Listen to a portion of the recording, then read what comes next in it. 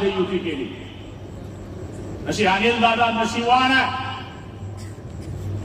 आपला पहिल्याच वेळेस निवडून आले. 25 साल तो भाजपमध्ये पण 3 वेळेस तुम्ही पडले. नंतर तुम्ही निवडून आले. भूमिपत्र म्हणून निवडून आले. योगायोग बघा, आमच्या मागे तुम्ही आले, मंत्री झाले.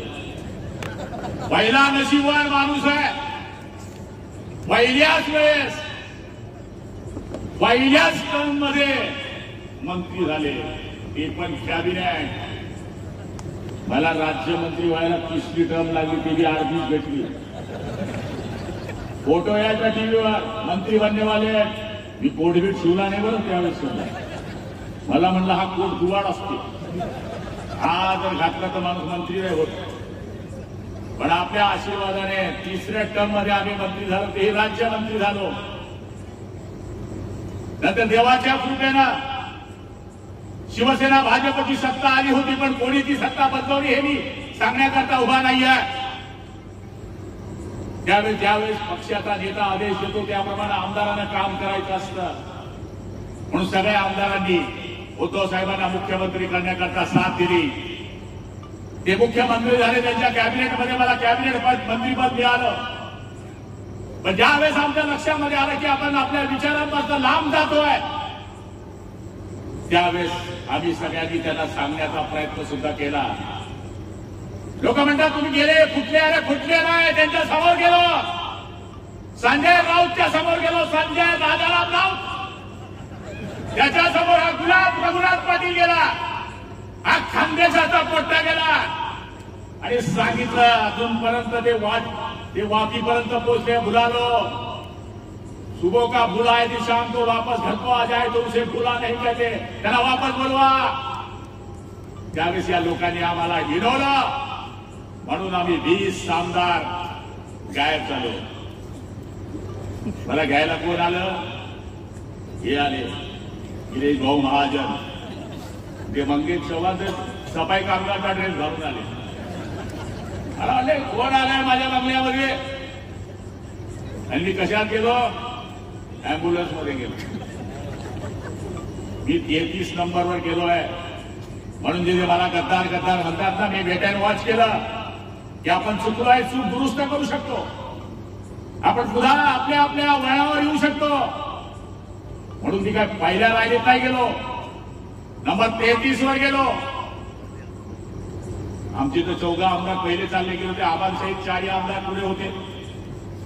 मी विचार केला आपण इकडे थांबले तर बुलढाण्यापासून नागपूरपासून तर दादरपर्यंत कुणीच दिसेना, मी एकटाच. 4 खांदे चालले गेले. मग आग्यानं काय करू?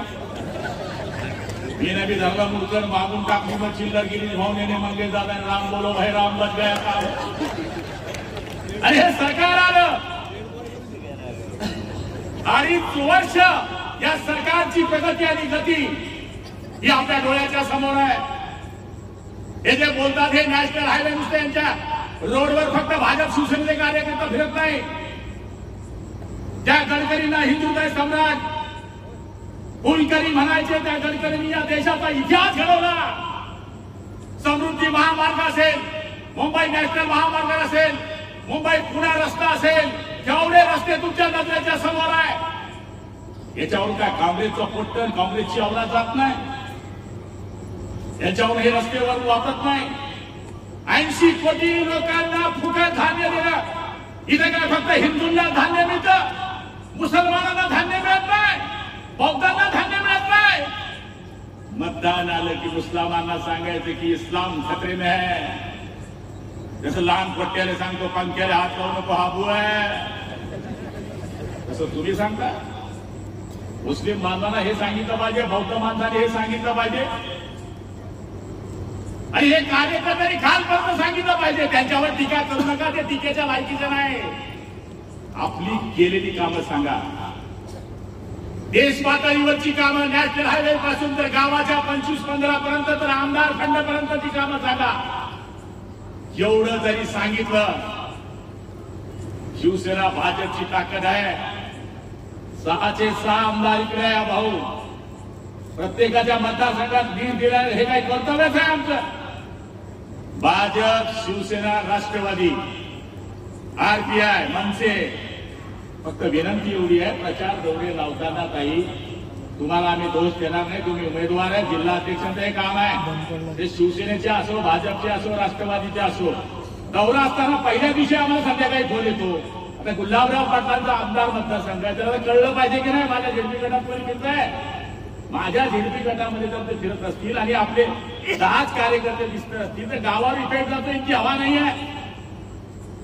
म्हणून एक सुटीनं भाजप, शिवसेना, राष्ट्रवादी, आरपाय जे काय असतील, जप्तेचे जप्ते गाड्या घेऊन फिरले ते तुम्हाला चॅलेंज देतो. प्रचार करण्याची गरज नाहीये पार्टनर, आपला बी अनुभव आहे, असंच काय उडलं नाहीये. आणि मला तरी असं वाटतं की आज या संघटनात्मक बैठकीमध्ये इथे काही ही जनरल सभा नाही आहे. जनरल सभा येईल त्यावेळेस आम्हाला भरपूर बोलता येईल.